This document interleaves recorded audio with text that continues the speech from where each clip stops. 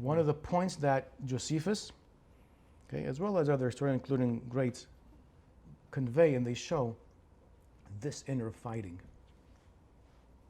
led to us being destroyed. We started it. We began.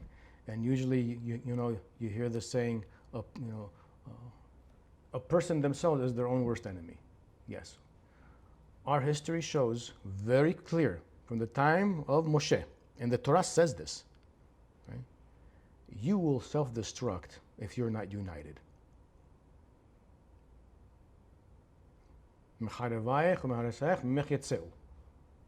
You're destroyers and your annihilators, they're going to come out from you. Yeah. I want to say something that I've said for a good year and a half before October 7th. I was saying this to friends as well. I was saying this to all my high school students on a regular basis, and when I would have talks with them and tefillah and all that. For a good year and a half, when Israel was going through the whole judicial reform thing, initially it was very small, and then suddenly you had masses of hundreds, thousands and tens of thousands of people. And up to one time they had 500,000 people, and the hatred, it wasn't about the judicial reform anymore. It's about who can I hate? I hate you because you think differently. Because again, this is part of the strategy of these organizations that want to conquer, divide and conquer. This is the strategy. Divide and conquer. And people were infested with hatred. And I would tell my students, I said, something horrible is going to happen. It's just a matter of time. They'd say, what? I said, I don't know. But something very, very, very bad is going to happen from outside, from our enemies. Just watch. They said, how do you know this? Because the Torah tells me that. And the Torah is eternal. The Torah never lies. Our prophets never lied. They're always on spot. Always. We're just the dummies that think we know better. And October 7th happened.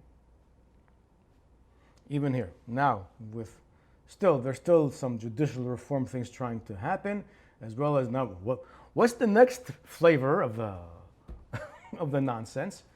What do you call it? Draft. The draft law. The draft law, right? The people are trying to dodge this whole thing with being recruited to the army. The so-called Haredim. This is a big problem. This is a national problem from the point of view of them not wanting to go to the army. First of all, that's a national problem. They don't care. They don't see it that way. The majority of them are saying, I don't care. I'm not interested. I'm going to learn all day long. Give me my welfare check and have a good day. This has nothing to do with Torah, by the way. Nothing. This is not the manners of Torah. Nowhere. Nowhere does it even suggest just anywhere in the Talmud or anywhere in the Torah. As a matter of fact, in the Talmud, you had 2 points of view. One that actually said this, I'm going to study all day and God will provide. That's it, I don't care. And you had another side that says, no, you got to go work and you got to study Torah. Okay? They put both to the test. The one that says, I'm going to study Torah and work, both flourished. Their Torah and their finances. And the ones who said, I'm not going to work and only study, nothing flourished. They were poor, and their Torah was no good. This is Masechet Berachot. Wherever they get this from, I'd rather not say, okay? But this is a big problem. And look what's going on. Again, divide and conquer. Hatred. Hatred. It's no good. Where are the rabbinic leaders? Why can't you see more broad? Why can't you try to find some common ground and say, we need to make changes, because we pretty much created 2 generations of welfare and a third is around the corner. This is no good. People who pay taxes, who work, are resentful by saying, what is this? I got to pay for your lives? I got to pay for your children? How can you do that? Mm-hmm. It is a form of theft, in my opinion, as well as, what are you giving back to the state? No army, no volunteering. They're not part of the workforce for them to also, pay through taxes, whatever it is, contribute. What are you contributing? I'm not saying all of them are like that, but No. a big bulk is like that. I can understand why people resent them. It's a big problem. I hope we're not going to have another disaster on our hands. I hope God should protect us from another disaster. God willing, but like you said, we're marching again on yeah. that same path. We're so then a few things there, because the infighting, the disunity. Define unity then, because we're always going to have differences amongst people. Everybody has their own opinions. Everybody has a belief system in terms of what they think, how they think things should be, and how they think what we should believe in, and how we should practice, and what defines unity then.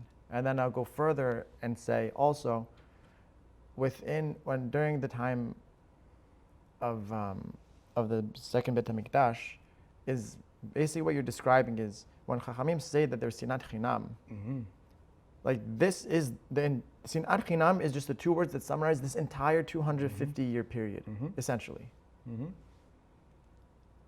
Right? Hatred. So it starts as disagreements, and then it evolves. There's nothing right? wrong. There's nothing wrong with disagreeing, as long as we agree on what the goal is. How do we get there? We have to figure it out. That's okay. But when one side doesn't even want to hear about it, doesn't want to acknowledge that there's a problem, how can you have a conversation? The other side doesn't even want to recognize, they don't care that there's a problem. They don't care. They believe that the existence of the state is dependent on them studying all day. That's their contribution. And the other saying, but can we speak about reality and common sense? No. Can you demonstrate what you say that that's the case? Because I can demonstrate with me going to the army, with me contributing, with me working and paying taxes, and I can demonstrate to you what that does in reality, in real time. What can you show me demonstrates what you're saying that you're contributing by you studying Torah all day? Show me where there's a contribution in the society. I'm trying to find out. Are you going to tell me that maybe some of your people are going to be, volunteering and teaching Judaism in the schools of Israel? Okay, so that's a contribution. Are you going to tell me that they're going out to different organizations and volunteer? What are you doing that you learned all day? How are you putting it into practice? Besides your personal life, whatever, and I don't know what. I mean, the argument that they make is that the learning is what protects Israel. But again, demonstrate to me in real can't. time. Exactly. So therefore, because they're going to say it's beyond anything physical. So you cannot have a conversation with that type of a person. It's as if I'm going to have a conversation about science, fact, science, atoms, this, that, real science, right? With some person from from the mountains of Peru, or a Papuan wizard. Yeah. Who doesn't believe? Who says science? No, I know what's real. Like pseudoscience. It's as if I'm going to have It's as if I'm going to have a conversation with a person who lived in the 21st century and a person living in the 14th century in Europe, where they can't have a conversation about facts, about science. They can't. Their brainwaves are completely off. They don't agree on reality. What is reality? If you're going to tell me reality, well, reality is time and space. Okay, let's demonstrate. How does that exactly work? Wonderful. And I'll ask a person who lives in some type of a mythological plane, what's reality? He'll tell you anything except time and space. So then it's the same concept. Right. Okay. So therefore, there can't be any. There's no dialogue here. We can't even agree to terms because the grounds. We can't even agree on the grounds and the terms of what's real or not. Right. So okay. So then I guess at that point, it's what you're saying is that unity is really being able to level with each other on the same plane. To start the conversation. To even start a conversation. Oh, yeah. So that's what unity is. That's first. That's required. That's what's required.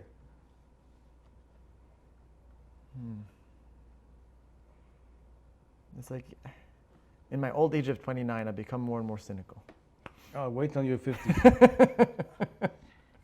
But you always have as long as you have a sense of humor. Yeah, but like you think about it won't it. affect you that much. I mean, the reason why I say that is because you think, okay, and when you become a student of history and you learn that the arguments and the disagreements and human nature and the psychology, like you always say, all of these things are the same. Yeah, it's the same. So how haven't we still figured it out? Because we're arrogant. But think about it. Humanity is arrogant. And we still can't get over that hump after thousands of years? No. So for some magic, it's like magic. No. It's like we It's the continue same- to fall under the same spell over and over Yeah. again, and we can't learn from the mistakes, Because- especially in a collective nature. Because we say we know better. We'll try it again and differently. It's the same stupid argument that the modern socialists and communists now have. What do they tell you? Right. Communism and socialism was never tried the right way. We know better. No. They messed up. We're gonna demonstrate how perfect it is. Okay, delusional people. Okay. Okay. So- It's the same. It's the same way of thinking that, again, this is our ego. Why is it that it's so difficult for people to acquire wisdom? Only when you're later on in life you acquire it, because you went through it, you lived it. And one of the things that younger people very often don't take advice, don't take consultation from those who know better. I know better. You're old-fashioned. What do you know? You don't know anything. You don't live in my world. I might not live in a little tech world, which is, my opinion, a mythological world. But still, you're human. You have flaws. You have virtues. You have things that you need to be aware of, because it's the same formula. We are in God's game. The rules that He set, both in the physical universe and the morality universe, those are the rules. Those don't change. And when we start to tinker with any one of those things, it comes to smack us back hard, because we think we know better. We don't. Especially when it comes to let me revisit God's morals and codes. Let me see if I can come up with something better. Every time we did this as a human species, we got in so much trouble and people suffered. And usually the people who suffer the most are the common people. I'm going to read you another thing from Josephus. Okay.